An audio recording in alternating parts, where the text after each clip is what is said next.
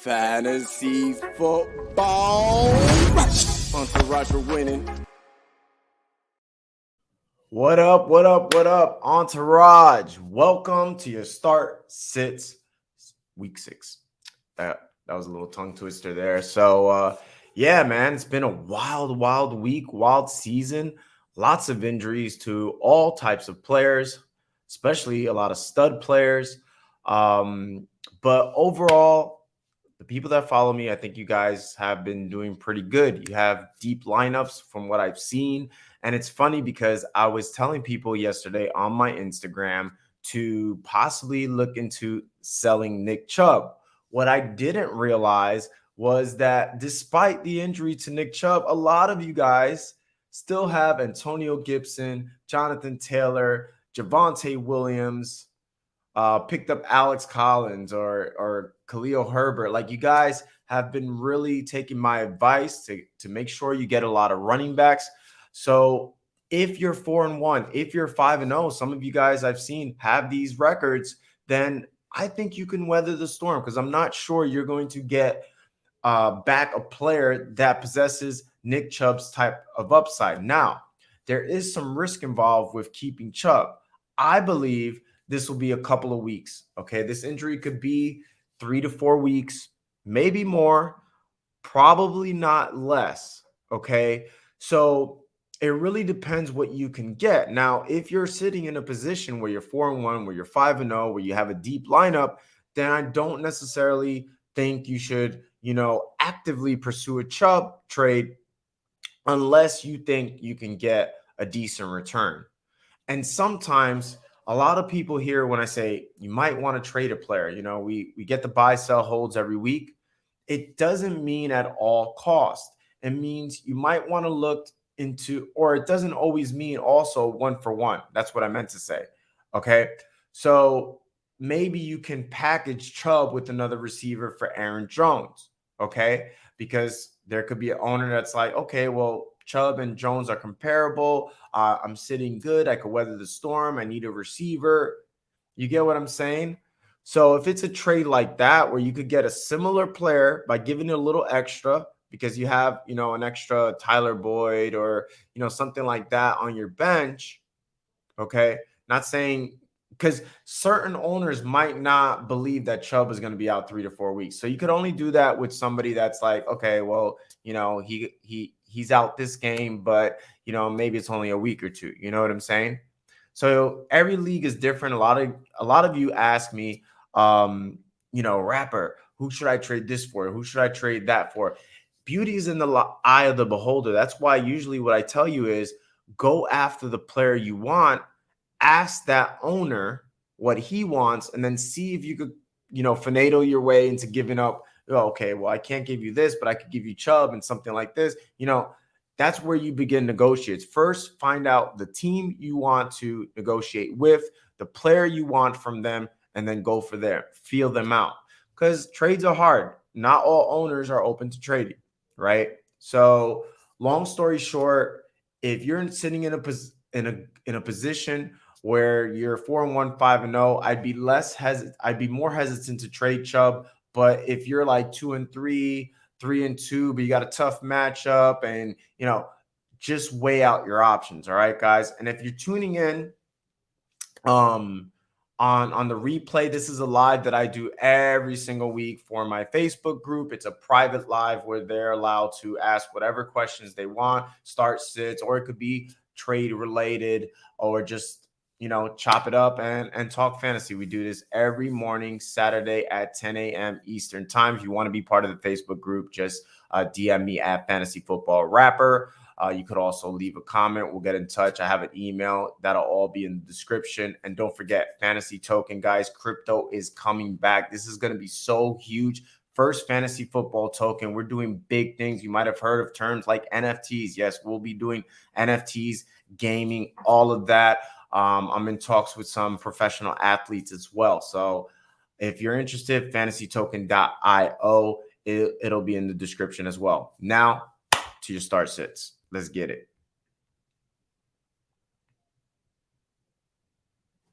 That's just how we do it, Entourage. Yeah, you guys, teams, like, I really kind of like jumped the gun thinking, I didn't know you guys were stacked with all these different players. Despite having, the Nick Chubb injury, your team is just like, okay, Jalen Hurts, top 5 quarterback, or Herbert, or, Cooper Kupp, or DJ Moore, or like and DJ Moore, I should say, like all these like studs everywhere else. And because, Cook's been injured, Barkley's been injured, CMC's been injured. All teams are dealing with these injuries. A lot of you guys even got Alexander Madison, or you cuff CMC with Hubbard. So you're still in really, really good shape.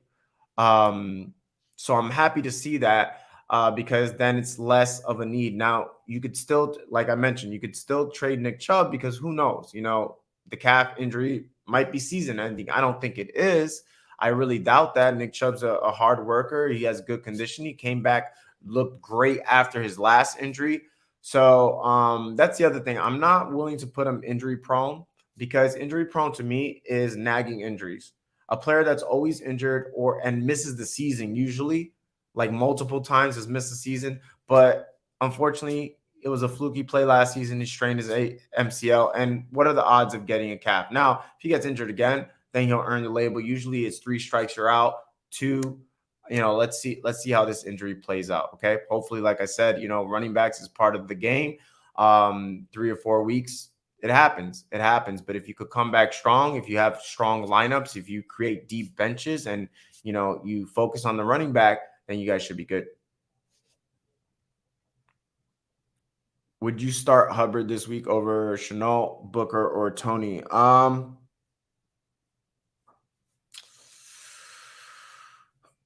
Yeah, I would. That's going to be that could potentially be a high scoring game. And, he's got that backfield all to himself, including targets. Now, he's just not a very good talent. Like everybody that was getting excited, when that had Hubbard, when CMC went down, I was like, temper expectation because he's just not that good.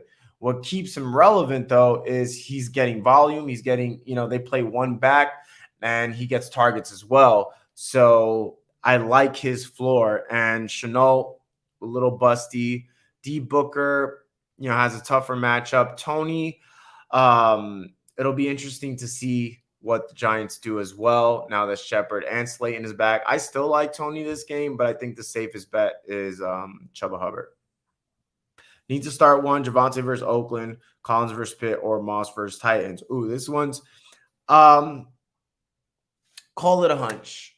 I think Javonte's season begins week 6. So I'm going to take Javonte Williams over Zach Moss against the Las Vegas Raiders. Let's do it. Let's kick that off. And that's another thing. Most of you guys got Javonte Williams. You guys know my 2 big stashes this year were Javonte Williams and Trey Lance, which I still like.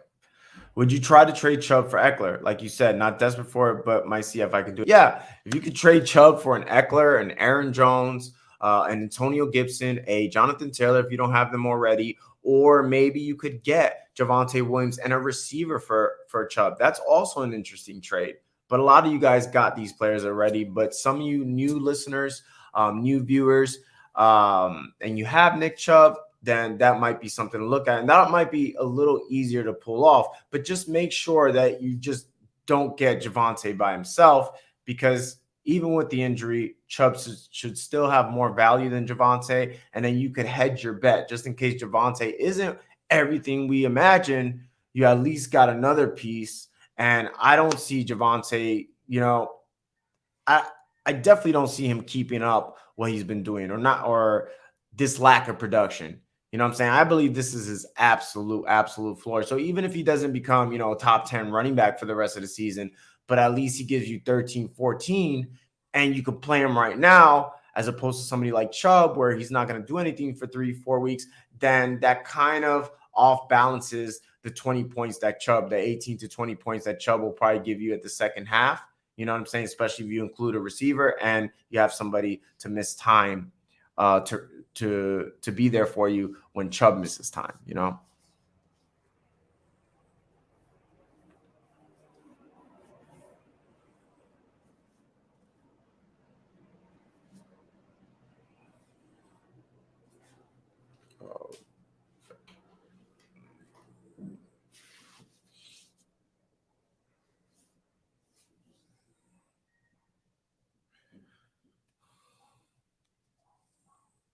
Okay. Yeah. Start Chubbard.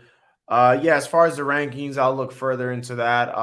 Just catching up with all the practice reports. Like it wasn't until yesterday we found out that Nick Chubb is out. We also know that there was rumors that Terry McLaurin had a hammy, but then Coach Ron Rivera said today that it's just soreness, so they held him out as a precautionary measure. So it looks like Terry McLaurin will play. Mike Williams, I think he's more of a toss-up, had some swelling in his knee, so they might hold him out. So a lot of stuff, which is why I always wait last minute to the rankings. A lot of analysts will give you the rankings early, which I do as well, but I always revise them so that you're always up to date. And just remember, guys, all of that plus waiver wire gems and free agent finds, my complete list of trade targets. Every week, you get 4 emails a week. The other 2 are the rankings on Thursday and the updated version on Saturday, guys. And it's all for $15, and it helps support the channel.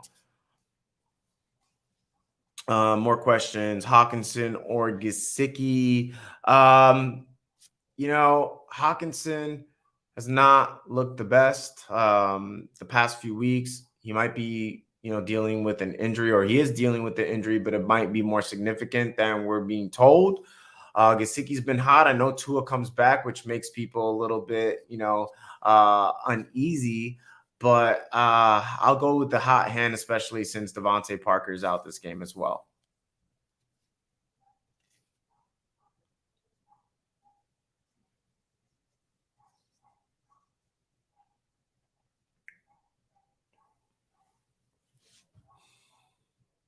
Do you prefer Hawkinson or Fant over the rest of the, best ability is availability. Even though Hawkinson has more upside, he's been playing just as bad as Fant. I know Fant hasn't been very good. A good combination would have been, Logan Thomas and Ricky Seals. That's a combination I have a couple of my leagues. I think a few of you had Logan Thomas. Hopefully you picked up Ricky Seals because I think they featured a tight end a lot, the team Washington. But in this situation, Hawkinson is the better player, but I'm going to go with the safer player who also has upside. So,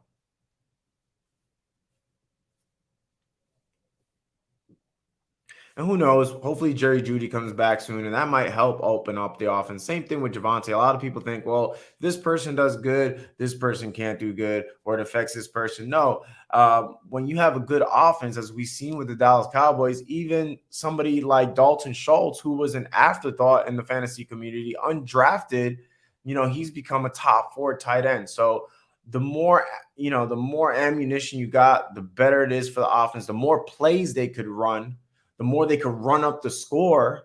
You know what I'm saying? So I'm hoping this offense gets some momentum. I mean, you got to always temper expectations when Teddy Bridgewater and, Vic Fangio is the coach, which I think his days might be numbered. The offense is just not very creative. But again, best ability is availability and talent over everything, which applies to right now Noah Fant. Even though, disclaimer, Noah Fant gets banged up a lot, but right now he's healthier than Hawkinson.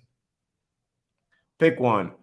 Tony versus Rams, Amon St. Brown versus Cincy, or Collins versus Pitt. I think this is the perfect example of a talent over everything situation. Tony, Amon or Amonra. You see, you spelled it wrong, so now it's a hard name to say already. But St. Brown has the safest floor. But I think all around, you got to go Tony, man. He's just looked phenomenal. So,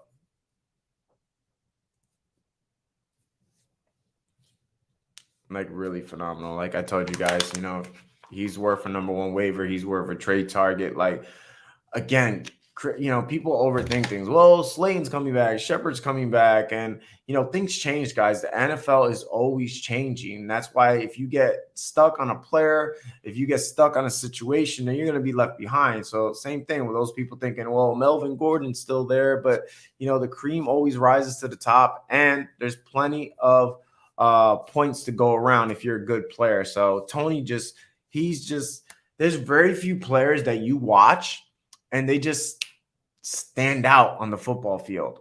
Like when you see Terry McLaurin, you see the greatness. You see Tony, you see the greatness, Jonathan Taylor, when you see him on film, you see the greatness. Tony, very few players. Like, there could even be good fantasy players, but very few people, especially the way he does, just pop out at you. Like, it's just like he just looks head and shoulders above everyone else. And Kadarius Toney has that. Did I say James Toney? James Toney used to be a boxer. Like, it's messing me up because they spell it the same way too.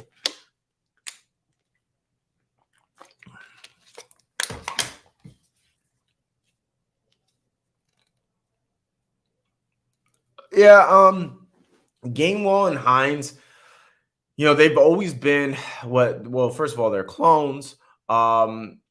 And they're just dicey. Like, they could go off at any game. Like, we've seen Gainwell have a big game over 20. Same thing with Hines, but it's going to be very game scripted. It's going to be very dependent on the big play. They're not the type of players I usually go for, even though you might be thinking, oh, Gainwell, you were touting him. Yes, I was, because he was going like in the 14th round. So I like him for that.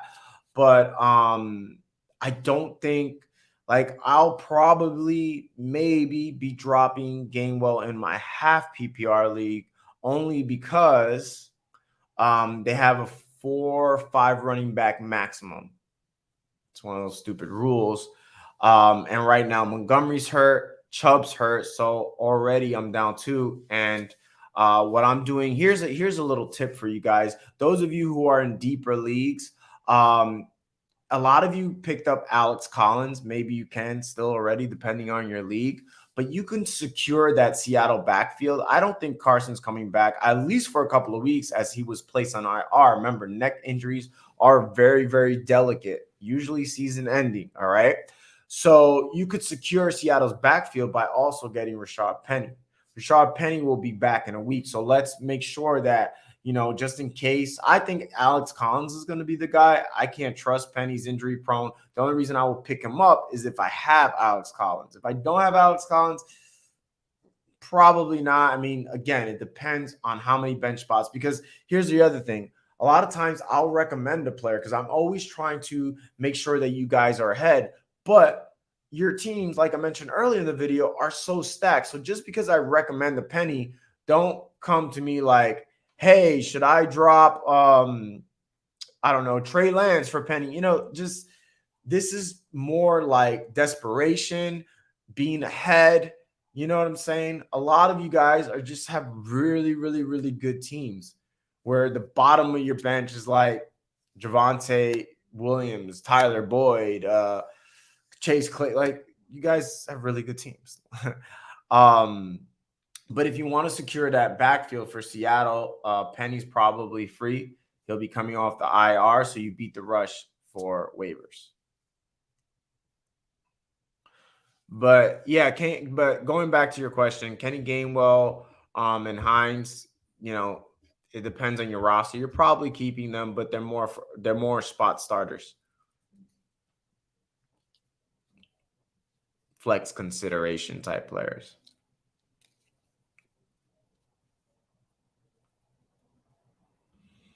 What else?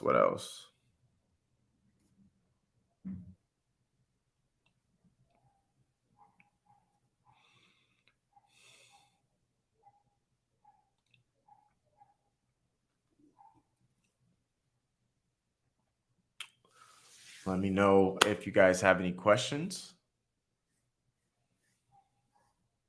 Okay, here's another one. I run into a dilemma next week where I have like 4 guys on a bye and need to pick up a quarterback. Yeah, but don't jump the gun. It's good to be prepared.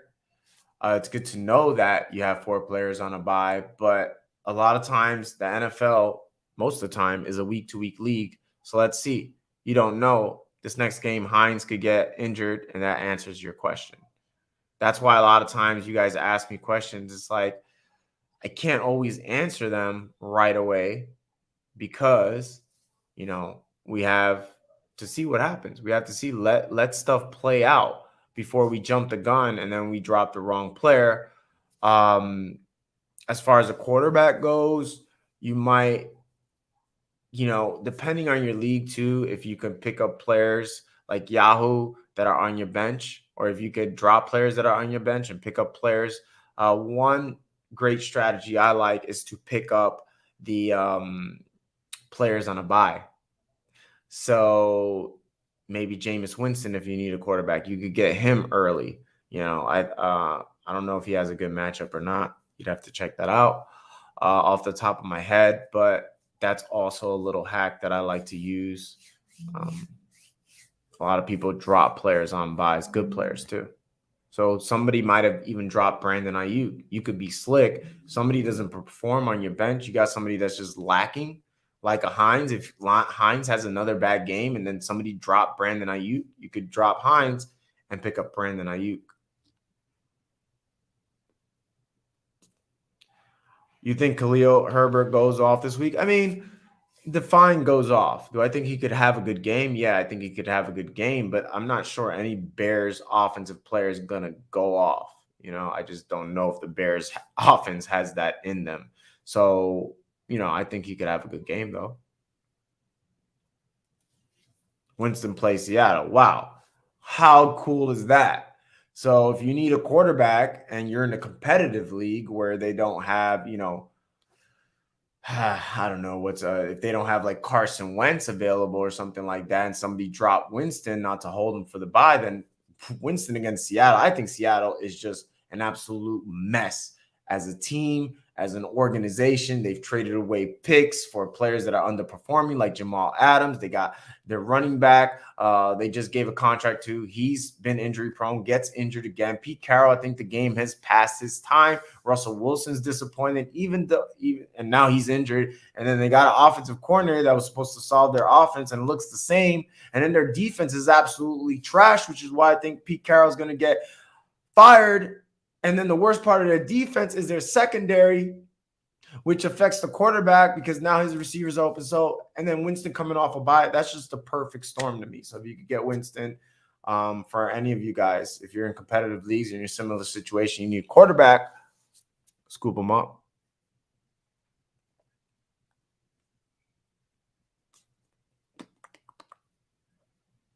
What else? Talk to me, guys. Talk to me. But it makes me feel really good that a lot of you guys, and even those of you who are watching that are not in my private Facebook group, I've seen some of your rosters and stuff when you put them on Instagram. So I'm really proud of you guys as well. So awesome. Deep teams, man. Like I always say this, in the beginning of the season, the rosters, your draft is made at the middle to late rounds. And a lot of times your season, that and your waivers. Because everybody in the beginning, they're pretty evenly matched, especially because most teams, they only know how to draft like the first 5 rounds, and then they get all these other players that they end up dropping, right? So the first 5 rounds, you pretty much look the same. Somebody got Saquon, somebody got CMC, somebody got Derrick Henry, somebody got Ezekiel Elliott, somebody got Nick Chubb, you know what I'm saying? And in the second round, somebody got Calvin Ridley, somebody got Justin Jefferson, somebody got, the first 5 rounds, anyway, which way you spin it, it just really comes down a lot of times the season is to injuries, which means depth is very important. That's why I was like, go for upside. Don't go for players that, are going to be readily available on waivers. There's players on waivers that a lot of times that are available right now for this week, even that are better than some of these drafted players. That's why I always go for upside. Yeah, you're going to miss. You might even miss more often than not. But there's always that chance that you get a league winner. You know what I'm saying? And sometimes it's not even in the draft. Sometimes it's Cordell Patterson. Sometimes it's Kadarius Toney. Who knows what's going to happen with Khalil Herbert and Alex Collins and some of these guys. I'm trying to think of a guy that was drafted late that could be a league winner. I mean, Jamar Chase, but he wasn't really drafted late. He was in the middle rounds. I just picked up Winston and dropped St. Brown because I don't need all those receivers. Yeah, I like St. Brown, but if you need a quarterback, then yeah. Although if it was him or Hines, if it's the same team, you're assuming I would have probably dropped Hines over St. Brown, believe it or not. I think St. Brown, just because they have nothing and they're going to be playing from behind, they're going to be in a lot of shootouts. Uh, Williams is out. Cephas is out. Who else? Hawkinson's banged up. Swift's got an injury history. Like, St. Brown's going to have a pretty decent floor. If St. Brown's is out there, I highly, highly, highly recommend that you guys pick him up. I think he's going to be better than advertised.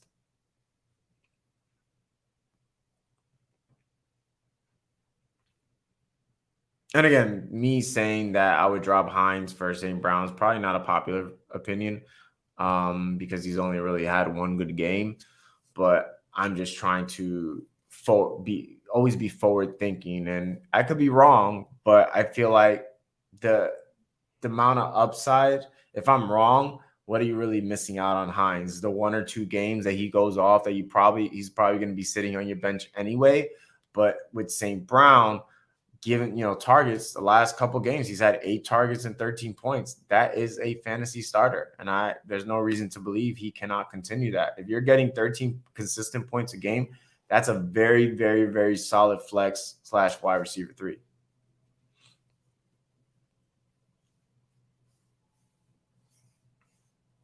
What else? I'm probably going to be leaving here in about 4 minutes, which will make it 11 a.m. So any last minute questions, make sure you ask them now.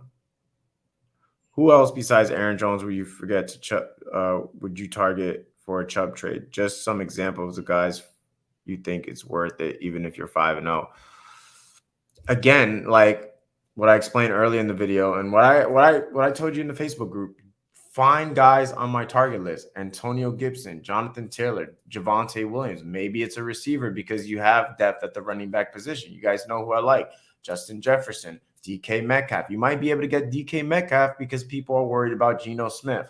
So it's all about just targeting the players that you guys already know I like, and seeing if maybe that owner, if you give him a player he could play right now, he'll take a Chubb. But again, it depends on your team, depends on your roster, depends if you need a receiver. Some of you guys just stack that receiver and running back, where I think you're one of those teams where you absolutely don't need to do anything but wait for Chubb to get healthy, because then that could backfire. There's very few running backs. Chubb to me is like a top 5 running back. So any trade you make for Chubb, you're pretty much losing, right? So it's only important to make that trade if you cannot afford to be 3 or 4 weeks, if your team is that heavily relied on Chubb. But that's not the case with you. So it's going to be hard to get a good value for a top 5 running back rest of the season. I think when Chubb comes back, he'll be a top 5 running back. He was last season. I have no reason to believe he won't be this season. Of course I'm concerned about a calf, but I'm concerned more that it could be a multi-week injury. He goes on IR 3 or 4 weeks, right? But some of you can weather that. And some of you guys have done that in the past, where you had a player get injured, like a Chubb, last year. I remember a lot of you guys weathered the storm because you did really good and it paid off for you. And that ended up helping you win the championship. You're welcome, Nick. Thanks for tuning in. So yeah, sometimes the best trades are the ones you don't make. So unless you're getting a stud player in return, like a Jonathan Taylor, like Antonio Gibson, like all those types of players, not risky players, because then you're trading one risky player. Like if you trade Chubb for like a Calvin Ridley or something, I mean, that's not a terrible deal, but I'm worried about Ridley. He missed the last game for a personal matter. We still don't know what it was. If I'm going to trade risk for risk, I'd rather keep my risk. Now, if I'm going to trade risk and give up some upside for certainty, that's different. You know what I'm saying? If I'm trading Chubb for CH, that's pointless. Last question: Denver defense against Oakland or Carolina defense against Minnesota?